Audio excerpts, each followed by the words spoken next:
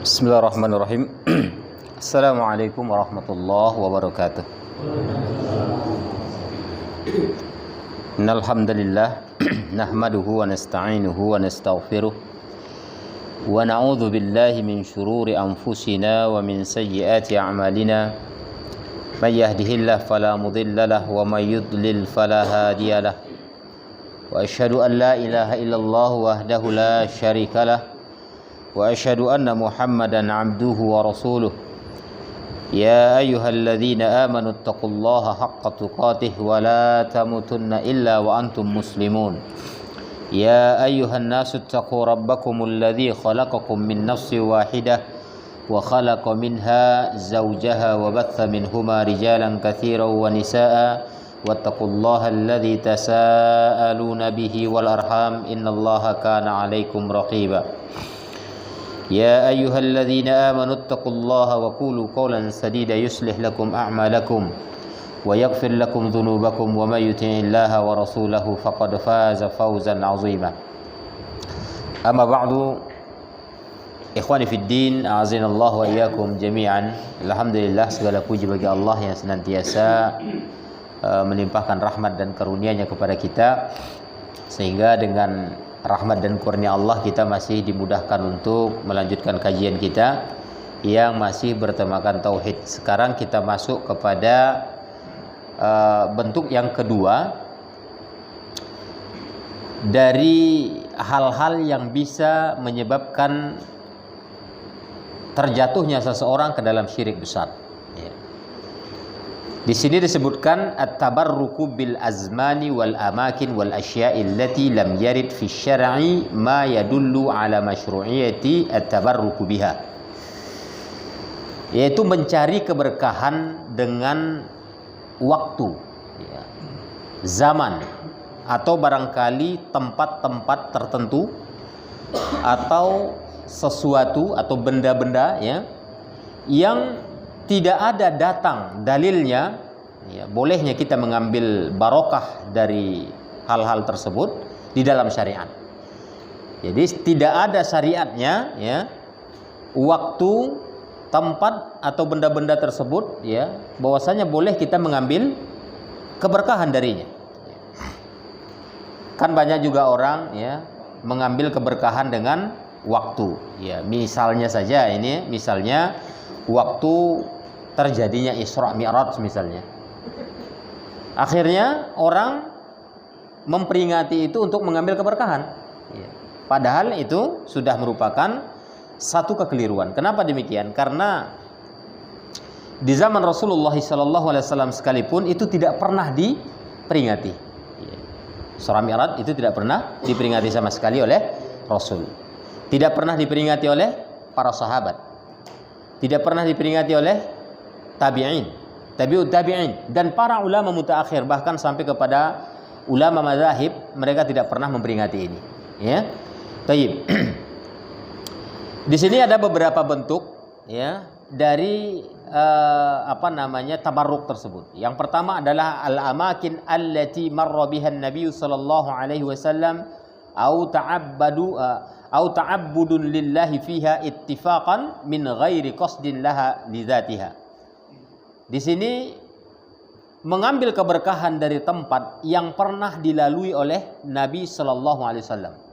Nah, ini terjadinya di sana, bukan di sini Jadi ada sebagian orang mencari keberkahan dari tempat yang pernah dilalui oleh Nabi sallallahu alaihi wasallam. Nabi pernah lewat di situ, itu dijadikan satu bentuk ritual ibadah di situ. Ini menjadi keliru.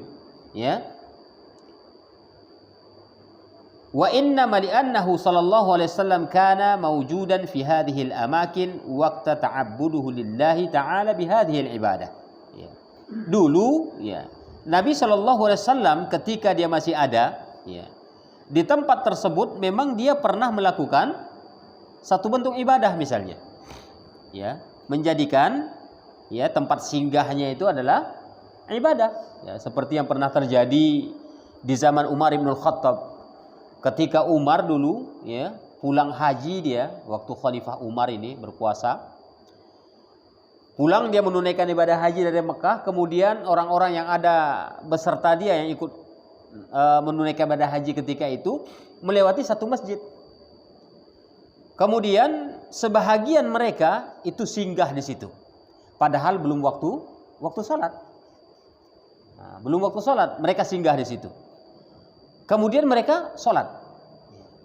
Lantas Umar bertanya, "Apa yang kalian lakukan?" Mereka menjawab, "Kami dulu pernah melihat Nabi singgah di sini dan dia salat." Itu. Padahal itu tidak disyariatkan. Tidak ada hadis Nabi menjelaskan harus diikuti sunnah itu, bukan. Ya. Maka ketika mereka melakukan perbuatan itu karena mengambil keberkahan, karena pernah Nabi sholat di situ, maka ini menjadi syirik kepada Allah Subhanahu wa taala. Kenapa demikian? Karena mereka telah mengagungkan sesuatu yang tidak diagungkan oleh Rasulullah sallallahu alaihi wasallam. Itu. Ya. Walam yarid dalilun syar'iyyun yadullu ala fadliha. Bahkan tidak ada dalil syar'i yang menjelaskan tentang fadilah tempat tersebut. Ya, tempat singgahnya mereka itu di masjid yang disebutkan dalam hadis ya tersebut itu tidak dijelaskan tentang keutamaan masjid itu. Tapi karena memang Nabi pernah singgah di situ ya semasa hidupnya beliau, lantas sahabat itu ya melakukan perbuatan yang keliru. Mereka mentakzimkan sesuatu yang tidak ditakzim oleh Rasulullah sallallahu alaihi wasallam. Padahal pengagungan ini harus berdasarkan syariat, berdasarkan dalil, ya. Ketika kita ingin mengagungkan sesuatu, tempat misalnya, itu harus ada dalilnya. Ketika kita ingin mengambil keberkahan dari satu tempat, harus ada dalilnya. Ya. Mana dia dalilnya? Misalnya orang tawaf nih, ya. Sampai dia ke sisi Hajarul Aswad, ya. Kita disunnahkan ya untuk menyentuhnya. Atau barangkali kalau bisa menciumnya, kan begitu. Ini memang ya adalah sesuatu yang pernah dilakukan oleh Nabi sallallahu alaihi wasallam dan itu dianjurkan bagi orang yang tawaf. Apa dalilnya menegaskan bahwasanya itu dianjurkan oleh Rasulullah? Ya. Bahwasanya kata Nabi ketika tidak bisa menyentuhnya dengan tangan karena mungkin terlalu banyak orangnya, maka sentuhlah dengan tongkat. Ujung tongkat ditaruh ke batu itu, dicium tongkatnya. Itu ada hadisnya. Apalagi yang menegaskan itu ketika tidak bisa kita menjulurkan tongkat ke batu tersebut, bisa angkat tangan saja cukup. Memberikan isyarat. Itu menunjukkan adanya dalil yang menjelaskan ya bolehnya kita ya mengamalkan sesuatu yang diamalkan oleh Rasulullah SAW di tempat tersebut. Karena itu merupakan salah satu di antara amalan orang yang sedang tawaf. Apatah lagi kalau nanti tawafnya ini adalah tawaf untuk haji atau umroh misalnya. Disinilah letaknya ya harus memiliki dalil ketika kita ingin mencari keberkahan dari tempat. Misalnya saja ya di antara tempat-tempat yang diagungkan oleh orang-orang Arab di sana ya yang tidak memahami ya apakah ada syariat itu bukan ya di antaranya adalah Jabal Sur. Jabal Sur inilah gua Sur, di situ kan ada gunungnya. Biasanya kalau ada gua kan ada gunungnya ya. Gunungnya ini diagungkan oleh sebagian orang karena apa? Karena Nabi pernah di situ. Padahal Nabi tidak pernah memerintahkan itu harus diagungkan.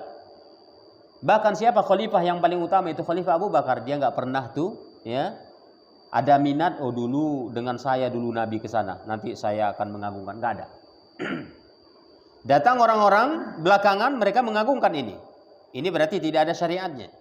Atau barangkali Gharah Hira ini Gua Hira. Ya. Gua Hira juga diagungkan oleh kebanyakan orang. Bahkan mungkin kebanyakan orang-orang kita kalau sampai ke sana, Masya Allah. Ya. Kalau nggak sempat sampai ke Gua Hira, kayaknya nggak afdol hajinya. Ya. Karena banyak keberkahan katanya di situ. Tidak ada dalilnya. Nah, ini yang disebut dengan ngalap berkah ya. Kemudian Jabal Arafat. Bukit Arafah itu yang ada kan padang Arafah, bukan bukitnya. Ya. Makanya dijelaskan di sini al-amakin allati marra bihan Nabi sallallahu alaihi wasallam fi asfarihi, dan juga tempat-tempat yang dilalui oleh Nabi ketika dia bersafar ya. Wal masajidus sab'ah allati qarubal khandaq. Ada juga 7 masjid yang dekat dari parit Khandaq ketika itu juga dijadikan oleh sebagian orang tempat ngalap berkah. Karena Nabi sering ke situ waktu beliau masih hidup, ya. Wal makanul ladzi yaz'umu ba'dhum anna an-nabiy sallallahu alaihi wasallam wulida fihi. Dan ada juga sebagian tempat yang dijadikan mereka sebagai tempat ngalap berkah, yaitu tempat yang diduga Nabi dilahirkan di situ. Itu baru dugaan. Tidak ada juga yang menjelaskan Nabi memang lahirnya di situ begitu. Ya. Ma'annahu mukhtalifun fi makanin wiladatuhu alaihi salatu wassalam, ya. Ikhtilafan katsira. Akan tetapi tentang di mana Nabi dilahirkan ini khilafnya banyak. Ya. Di antara para ulama berbeda pendapat di mana Nabi SAW dilahirkan. Tapi ada sebagian orang menganggap bahwasanya ada tempat tertentu di situlah Nabi dilahirkan sehingga mereka menjadikan tempat itu tempat ibadah kepada Allah, dan ini merupakan kesyirikan. Karena apa? Karena sudah mentakzim, mengagungkan sesuatu yang tidak ada di dalam syariat agama kita. Wa mislul amakin allati qila annahu wulida fiha nabiyyun aw waliyun aw 'ashu fiha wa nahwu dzalika. Atau barangkali ada juga tempat-tempat yang qila dikatakan atau kabar-kabar burung begitu, bahwasanya di tempat itu dulu dilahirkan seorang nabi. Ya. Atau barangkali seorang wali. Atau mungkin mereka para nabi atau para wali, ya, pernah hidup di situ. Nah, akhirnya mereka mengagungkan tempat tersebut. Andai kata itu memang disyariatkan di mana pernah nabi hidup di situ, kita harus mengagungkan. Kita harus mengagungkan negeri Mesir, ya, negeri Palestina. Karena itu daerah-daerah para nabi. Kita harus mengagungkan mestinya. Tapi kan tidak ada syariatnya. Tidak ada syariatnya di dalam agama kita pengagungan terhadap tempat-tempat tersebut. Bismillah.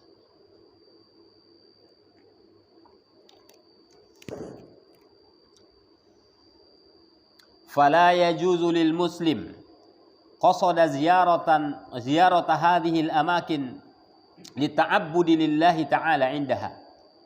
Ya, seorang muslim tidak boleh meniatkan untuk menziarahi tempat-tempat tersebut, ya, tempat-tempat yang disebutkan di atas tadi, untuk beribadah kepada Allah. Enggak boleh, ya.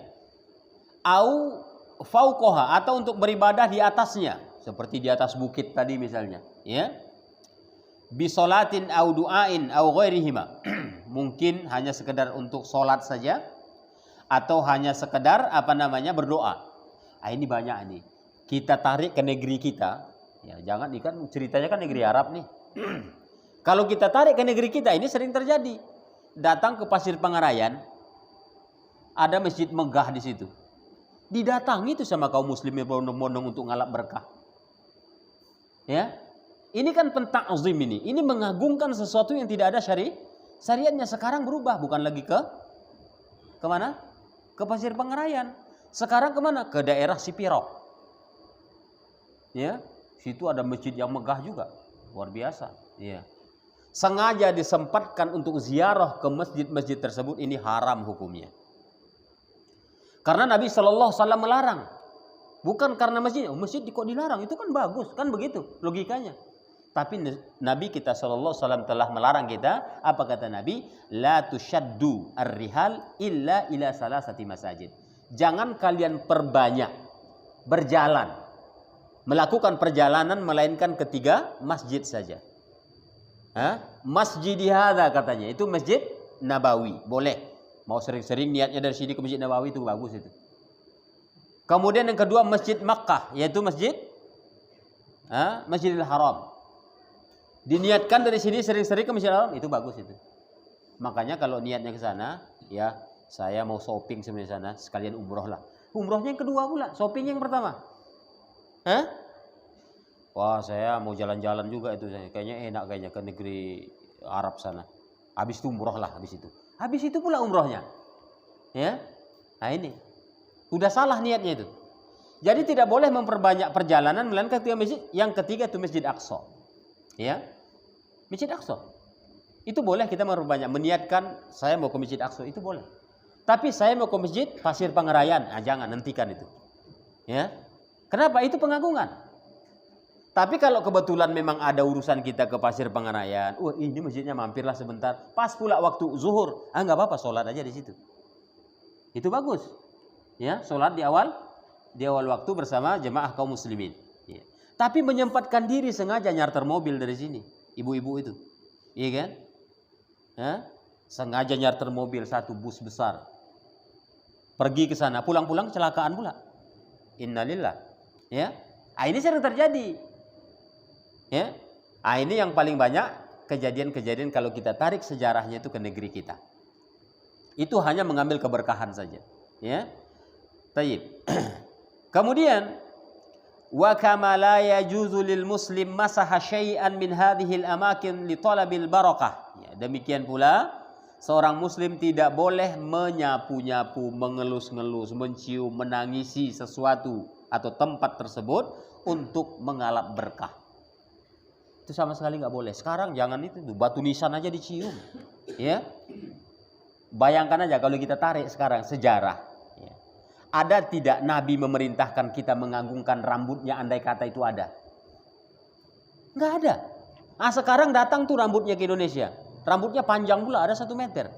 Padahal Nabi rambutnya hanya sebahu. Ini kan terbalik sudah itu. Itu rambut siapa yang disimpan itu?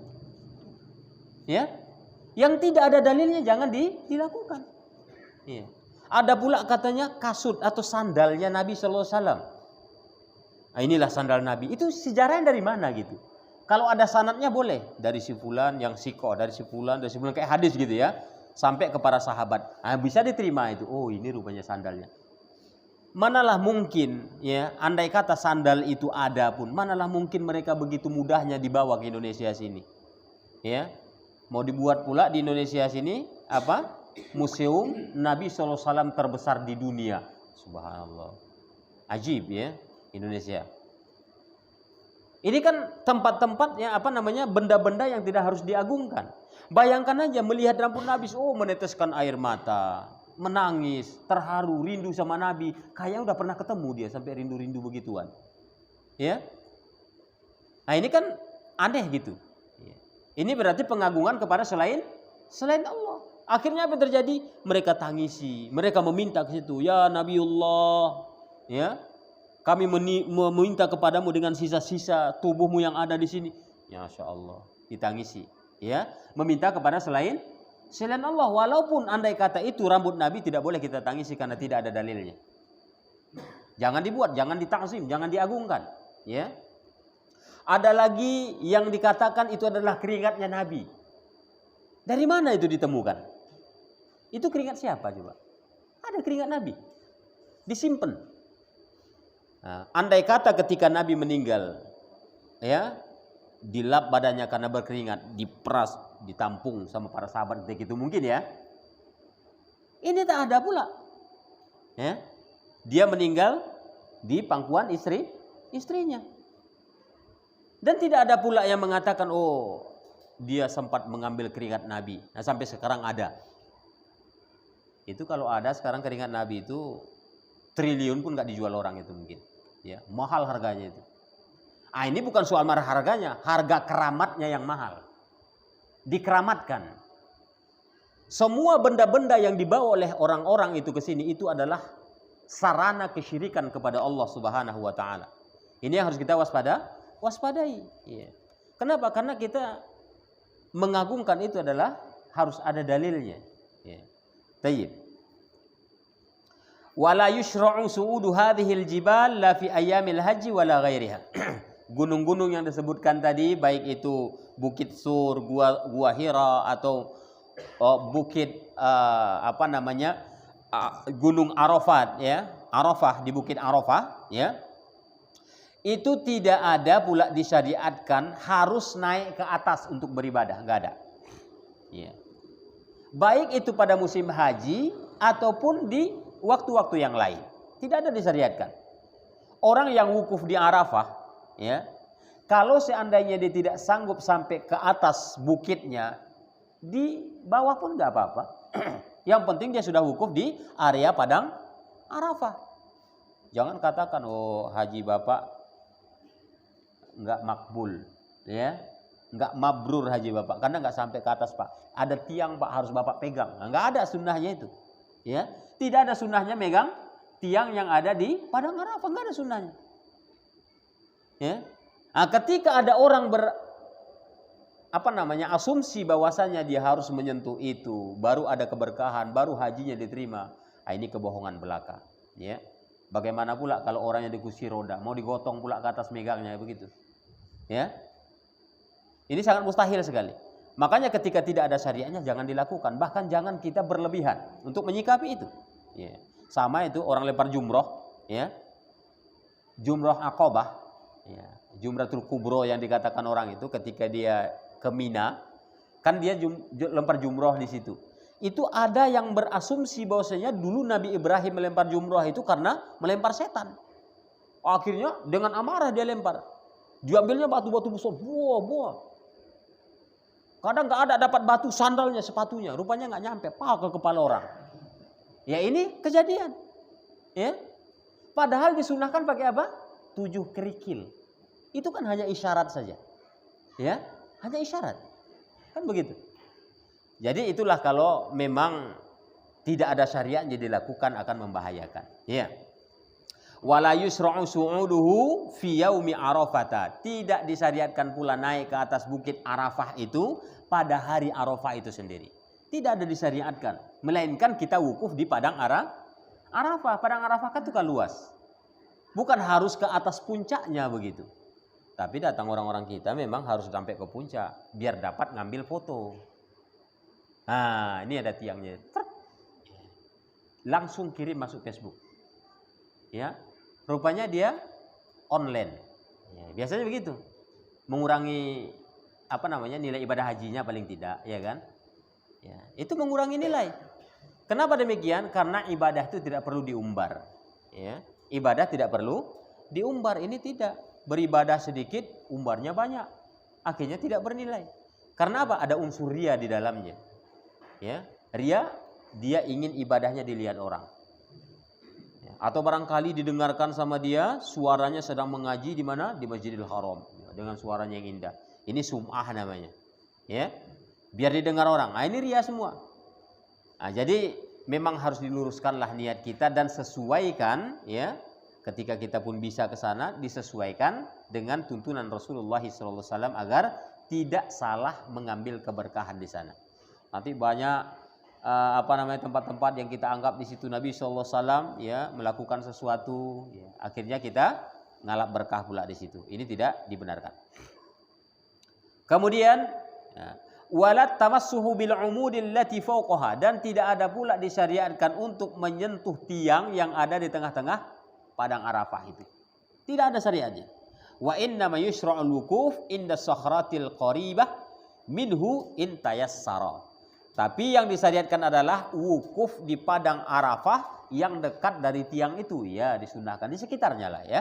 Ya jika itu memungkinkan katanya, ya itu mudah. Wa illa waqafal hajj fi ayyi makanin min Arafat. Jika tidak mungkin dia dekat ke situ, ya cukup dia berhenti atau wukuf di padang Arafah itu saja, dimanapun dia berada. Boleh dimanapun dia berada, boleh dia wukuf di situ. Ya. Mungkin itu lebih afdol lagi daripada desak-desakan ke atas ya. Kalau musim haji kan banyak orangnya ya.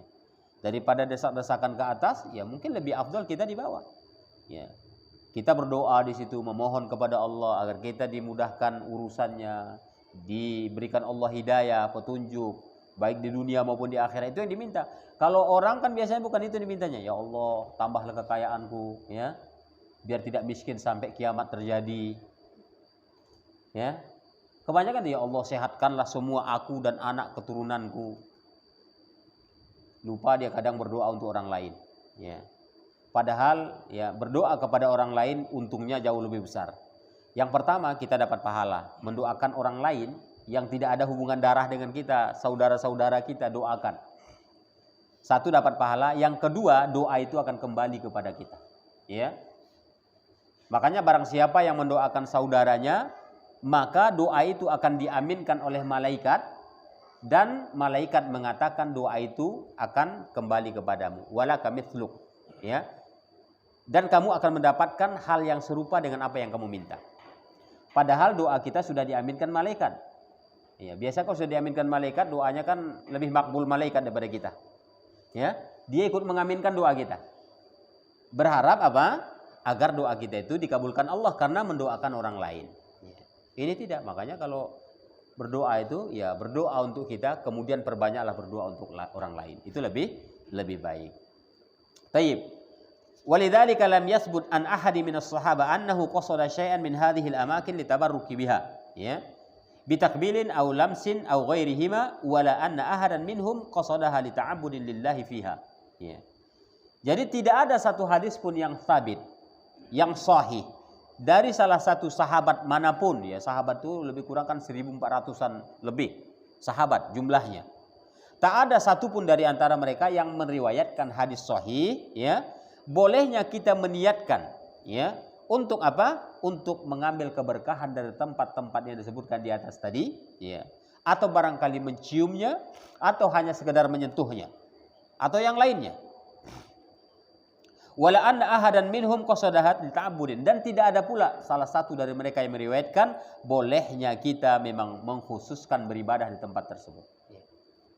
Ini kalau kita sekarang ini kan bukan hanya masjid saja yang ditakzim, kuburan pun ditakzim, diagungkan.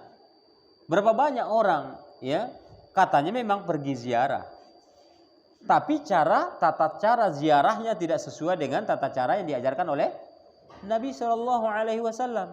Ya. Akhirnya apa terjadi? Pengagungan terhadap kuburan terjadi. Salah satu penyebab terjadinya kesyirikan kepada Allah, ya, yang paling utama itu dulu adalah karena pengagungan terhadap kuburan, ta'zim. Awal mulanya, ya, hanya sekedar ziarah biasa saja.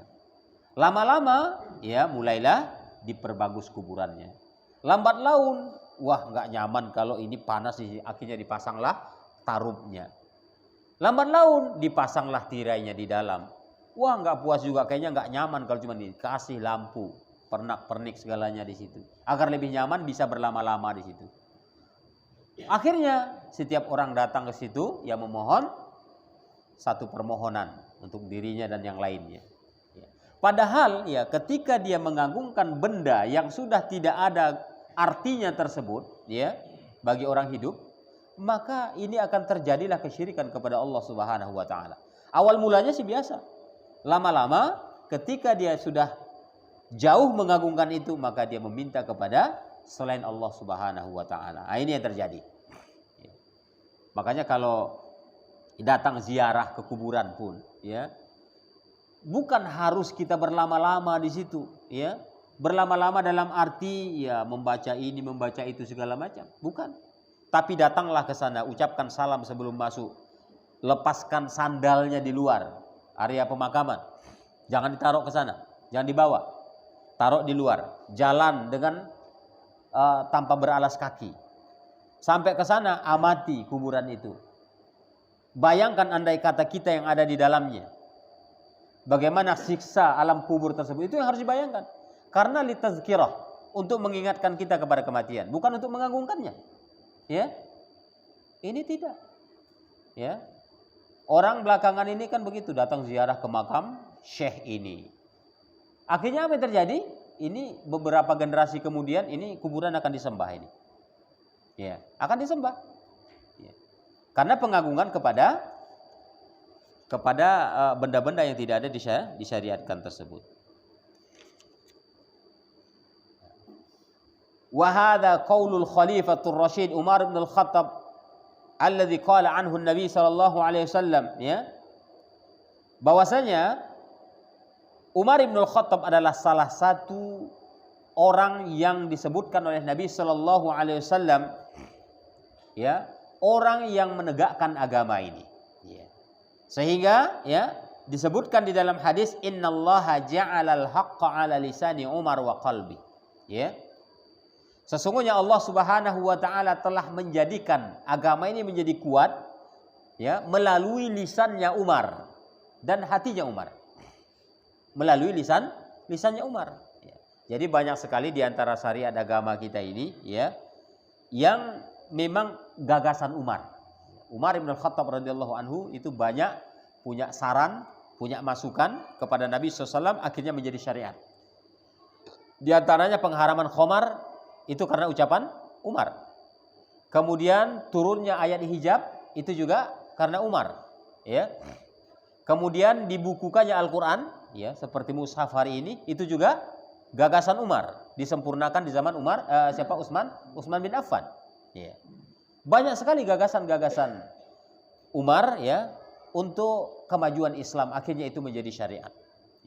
Dan itu bukan sesuatu perkara baru dalam agama. Jangan anggap pula, ya, katanya ada istilah bid'ah dalam agama itu, ya, semua yang tidak ada zaman Nabi. Buktinya zaman Umar tuh banyak tuh. Nabi udah meninggal dibuat sama dia katanya. Iya kan? Padahal harus dipahami bahwasanya Nabi sudah merekomendasikan para sahabatnya itu boleh melakukan sesuatu yang belum ada pernah dilakukan oleh Nabi, dan itu menjadi syariat. Makanya dalam hadis yang sahih disebutkan oleh Nabi SAW, alaikum bisunnati wa sunnatil khulafa'i rasyidin al-mahdiyyin. Ya. Addu alaihi bin nawajiz wa iyyakum wa muhdatsatil umur. Itu disebutkan, ya. Apa kata Nabi? Ya, ambillah sunnahku dan sunnah para khalifahku yang terbimbing dan mendapat petunjuk. Itu artinya ketika Nabi sudah enggak ada, ya, para khalifahnya melakukan sesuatu bentuk amalan, maka itu menjadi syariat. Ini sudah direkomendasikan Nabi sebelum dia meninggal. Kemudian ada lagi satu hadis yang menegaskan itu, la tajma'u hadhil ummah 'alad dhalalah. Umat ini tidak akan sepakat di atas kesesatan, kata Nabi. Maksudnya umat itu sahabatnya, bukan kita, ya. Umat yang dimaksud oleh Nabi dalam sabdanya itu adalah ketika itu sahabatnya. La tajma'u hadhil ummah 'alad dhalalah. Umatku tidak akan pernah sepakat di atas kesesatan. Artinya ketika ada satu yang berpendapat, itu menjadi syariat bagi orang-orang yang datang belakangan, seperti kita. Ya. Jadi jangan katakan pula itu buktinya sahabat melakukan bid'ah dong. Apalagi ada alasan orang yang mengatakan, ya, Bilal bin Rabbah, dalam riwayat disebutkan Nabi pernah mendengar suara gesekan trompanya di surga. Nabi heran, akhirnya ditanya, Bilal, kamu kenapa kok sampai suara terompahmu ada di surga? Saya dengar. Wah, saya nggak ngamalkan apa-apa ya Rasulullah, cuman saya setiap habis wudu saya sholat 2 rakaat, katanya. Padahal Nabi tidak pernah melakukan. Logikanya Bilal bin Rabah sudah melakukan bid'ah, gitu ya. Tapi perlu kita cermati, itu tidak bid'ah. Kenapa? Karena Nabi masih ada. Andai kata itu salah, Nabi akan menasihatinya. Gitu ya. Nabi pasti akan memberitahunya, jangan lakukan, hei Bilal. Harus begitu. Karena Nabi tidak akan mengizinkan, ya, sahabatnya, umatnya masuk ke dalam neraka. Bahkan yang paling anehnya, ya, nanti di akhiratnya, ketika umat Rasulullah SAW sudah mau menuju telaganya, ini sudah habis proses semua ini, mulai dari hisabnya, timbangannya, kisosnya, udah selesai semua nih, udah mau menuju ke telaganya Nabi, ya. Kemudian datanglah sekelompok orang, ya, menuju telaganya tersebut, mau mengambil cangkir-cangkir yang ada di sisi telaga tersebut. Kemudian malaikat yang menjaganya mencegah, kalian ke sana, mundur. Berangkat dari sini, nggak usah minum. Begitu. Bayangkan. Kemudian Nabi karena memang dia ada di situ, dia mengatakan, itu umatku, kenapa kok dilarang? Kemudian datanglah satu suara, ya, Allahu alam dari apakah dari malaikat disebutkan di situ, ya. Tapi ada yang mengatakan kepada Rasul ketika itu, apa katanya? Sesungguhnya hai Muhammad, kamu tidak tahu apa yang mereka lakukan sepeninggalmu. Itu. Artinya di sini orang yang melakukan sesuatu amalan yang tidak ada syariatnya itu tidak akan pernah meminum air telaganya Rasulullah sallallahu alaihi wasallam. Kenapa? Karena itu diusir. Jangan minum sini. Minggir. Ya. Diusir oleh malaikat. Ya. Itu menunjukkan bahwasanya, ya, amalan-amalan yang di luar amalan Rasul itu atau yang tidak direkomendasikan oleh beliau, ya, itu tidak perlu dibuat. Itu yang jelasnya. Nah, salah satunya ini tadi, ngalap berkah ke tempat, ngalap berkah ke benda-benda tertentu, ya, misalnya seperti keris, ya. Nah, ini kan masih banyak nih keyakinan itu. Ya. Dianggap keris itu sakti. Padahal sebenarnya tidak ada kesaktian, benda mati. Tapi karena dia ada korinnya, jin yang sudah dipelihara, akhirnya dia menjadi seolah-olah menjadi sakti. Akhirnya kita yang tunduk kepada bangsa jin, padahal tidak harus seperti itu. Ya. Karena jin itu adalah makhluk. Tidak perlu kita yang tunduk. Ini kita tidak. Akhirnya setiap malam Jumat kerisnya harus dimandikan. Apalagi ya pada malam-malam tertentu. Ya. Kadang 1 Muharram, ya, itu harus dimandikan. Dia minta darah, nanti diminta tumbal. Kan begitu.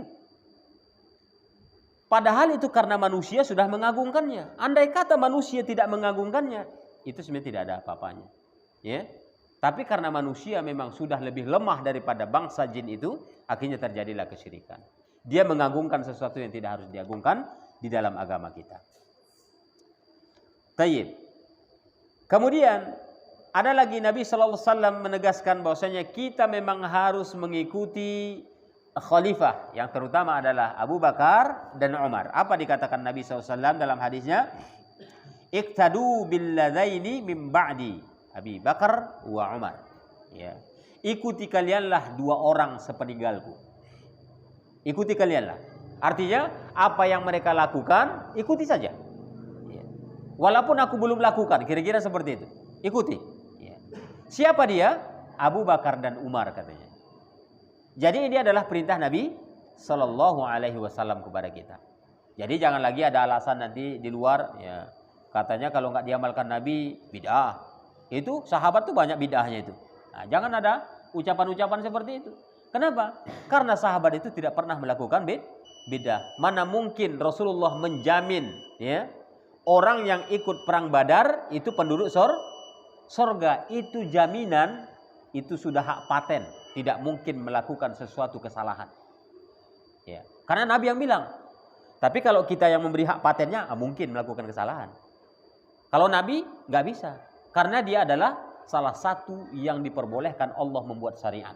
Nabi kita Muhammad sallallahu alaihi wasallam. Ya, ini sudah Isya nih. Baik, mungkin ya karena agak telat tadi ya. Ya, agak macet di jalan. Tapi bihada naftatim bilhamdalillah subhanakallahumma bihamdika asyhadu an la ilaha illa anta astaghfiruka wa atubu ilaik. Assalamualaikum warahmatullahi wabarakatuh.